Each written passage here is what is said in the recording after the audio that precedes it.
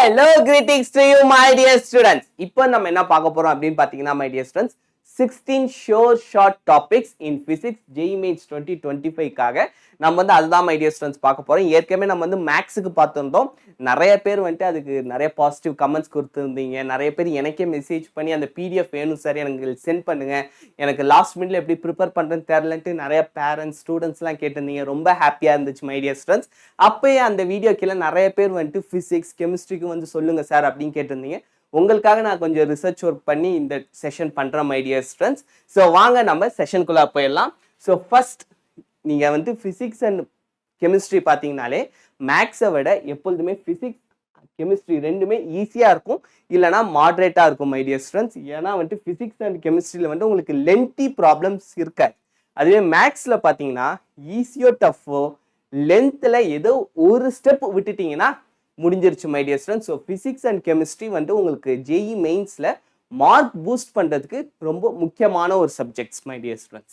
So my dear students, இப்போ நம்ம என்ன பார்க்க போகிறோம் அப்படின்னு பார்த்தீங்கன்னா, marks versus percentage first 2024 Jan அட்டம்ப்ட்ல பிசிக்ஸில் கேட்ட மார்க்ஸ் my dear students. பிசிக்ஸில் எவ்வளோ மார்க் எடுத்த ஸ்டூடெண்ட்ஸ்லாம் 99%, 95 வாங்கினாங்க அப்படிங்கிறத வாங்க நம்ம ஃபர்ஸ்ட் செக் பண்ணுறோம். இங்கே பார்த்தீங்கன்னா 99%, 87 மார்க் இருந்தால் போதும் my dear students ஃபர்ஸ்ட் ஷிஃப்ட்ல. அதுவே பார்த்தீங்கன்னா இங்கே வந்து 71 எடுத்திருந்தாலே போதும், ஏன்னா அப்போ இது வந்து டிஃபிகல்ட்டான paper my dear students.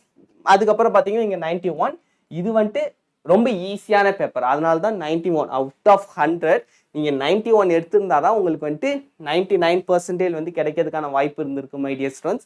So இதெல்லாம் வந்துட்டு நீங்கள் கொஞ்சம் கேர்ஃபுல்லாக பாருங்கள், ஏன்னா ரொம்ப ரொம்ப முக்கியமான ஒரு விஷயம் my dear students. இந்த பர்சன்டேஜ் மார்க்ஸை வந்து நீங்கள் கொஞ்சம் புரிஞ்சுக்கிட்டீங்கன்னா தான் எக்ஸாம் டைமில் அதுக்கு தகுந்த மாதிரி நீங்கள் டேக்கிள் பண்ணி யோசிக்கலாம். ஸோ உங்களுக்கு வந்து ஈஸியாக வருது, இப்போ இதெல்லாம் வந்துட்டு ஈஸியான பேப்பர் my dear students. இது வந்துட்டு மாட்ரேட்டாக இருந்திருக்கும், அதனால தான் 87. ஆவரேஜாக பார்த்தீங்கன்னா நீங்கள் ஃபிசிக்ஸில் 80 to 90 மார்க்ஸ், நீங்கள் 99% எய்ம் பண்ணுறீங்கன்னா 80 to 90 கண்டிப்பாக எடுக்கிறது மஸ்ட் my dear students. ஏன்னா ஃபிசிக்ஸ் அண்ட் கெமிஸ்ட்ரி ரெண்டுமே ஈஸியான பேப்பர். மேக்ஸில் நான் சொல்ல மாட்டேன், ஏன்னா மேக்ஸில் வந்து நீங்கள் ஒரு 60 மார்க் எடுத்தாலே பெரிய விஷயம் my dear students. ஆனால் ஃபிசிக்ஸ் அப்படி கிடையாது, நீங்கள் ஒரு 80 மார்க்ஸ் மினிமம் எடுக்கிற மாதிரி டார்கெட் பண்ணுங்க my dear students. ஸோ இது வந்து ஃபுல்லாக செக் பண்ணிக்கோங்க. 98%, 97, 96, 95ன்ட்டு ஃபுல்லாக எல்லாமே நான் எடுத்து வச்சுருக்கேன், எல்லாமே நீங்கள் செக் பண்ணி பாருங்கள் my dear students. செகண்ட் பார்த்தீங்கன்னா ஃபிசிக்ஸ் ஈஸி டு மாடரேட். இப்போ 99% நீங்கள் 80 to 90 கண்டிப்பாக எடுக்கணும் my dear students.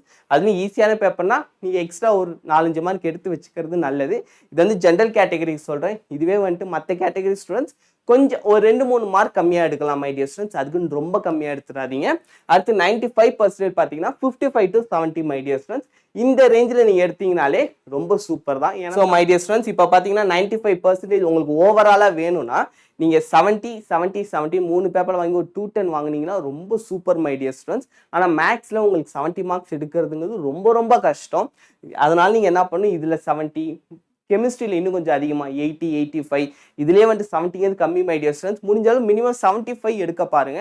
அப்போ வந்து உங்களுக்கு மேக்ஸில் மார்க் கம்மியாக ஆகலாம், மேக்ஸுக்கான டைம் உங்களுக்கு வந்து ரெடியூஸ் ஆகும் my dear students. அது உங்களுக்கு தான் ஆடட் அட்வான்டேஜ். ஓகே, இப்போ வாங்க நெக்ஸ்ட் பார்க்கலாம்.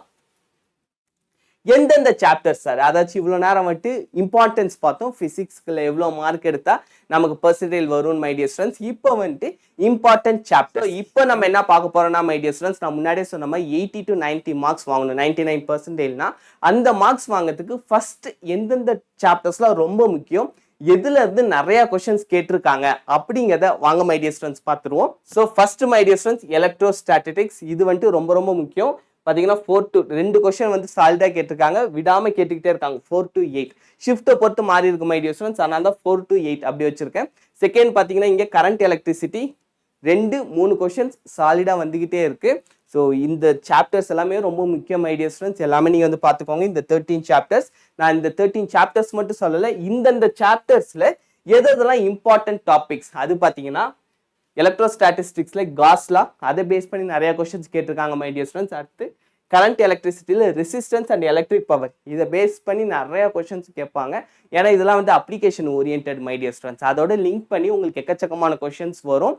ஸோ அந்த பேஸ் பண்ணி நீங்கள் வந்து சால்வ் பண்ணி வச்சுக்கோங்க. இதே மாதிரி தான் my dear students, எல்லாமே பார்த்துக்கோங்க. இப்போ நான் வந்து உங்களுக்கு என்னென்னா இதை மட்டும் காமிக்காம PYQஸும் சேர்த்து காட்டுறேன் my dear students.